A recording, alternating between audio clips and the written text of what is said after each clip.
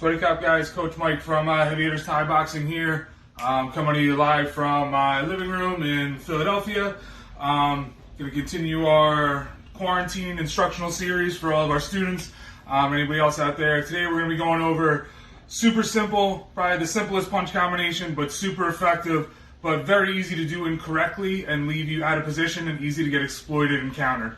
I'm talking about just a simple 1-2 jab cross. I'm going over a couple of the common mistakes people make when they're throwing their 1-2 and some easy fixes to make sure it comes in nice and crisp and long and clean. A couple of the biggest mistakes I see people making when they throw the 1-2. Number one, when they step for the jab, they step too narrow here. All right, when I step too narrow, now my hips are facing away. So when I try and twist for the 2, now I can't get my hip push in it. All right, I end up reaching and coming out of position here. Okay.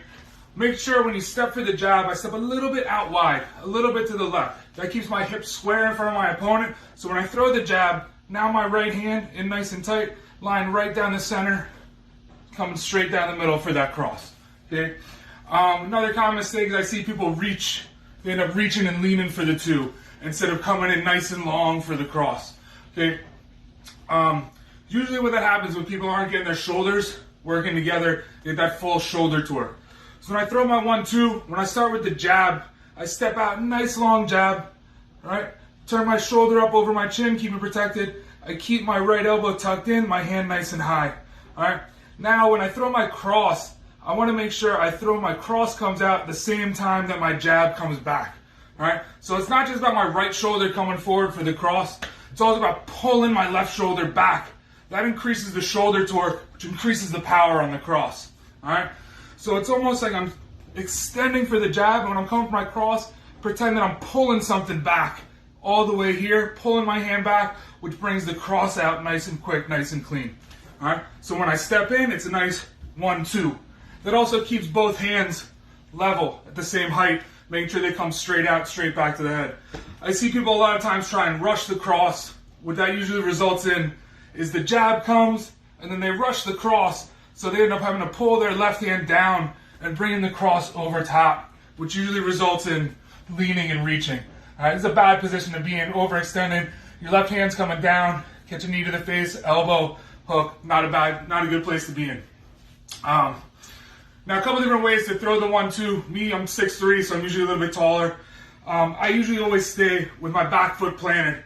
I don't like to close distance too much on the 1-2 unless I have to. So I keep my back foot right where it's at, extend for the jab, and then twist for the cross, and then pull it back. 1-2, and back. Okay? A lot of people use the 1-2 to close distance, but some people, again, the very common mistake they make is they slide on the jab, slide that back foot in on the jab, and now my cross, it's all arm, not getting a lot of hip push. Easy way to fix that if I want to close distance, take a little bit longer step on the jab here. Now as I'm throwing the cross, I push, lead my hip, turning in, slide in. I slide, don't step. All right, that keeps the power pushing forward, coming from the hip. All right, whenever you're throwing those punches, you always want to push that hip in the direction you want your power to go. So I can step in, 1-2, slide all at once, come back, 1-2, come back. I want to stay stationary, 1-2, back, 1-2. Another way is keeping it long. Then if you have an aggressive opponent, you can push yourself and take a step back afterwards. 1-2. Now I push off the front leg, close more distance out. So a good drill to practice is if I have enough space, I can just walk.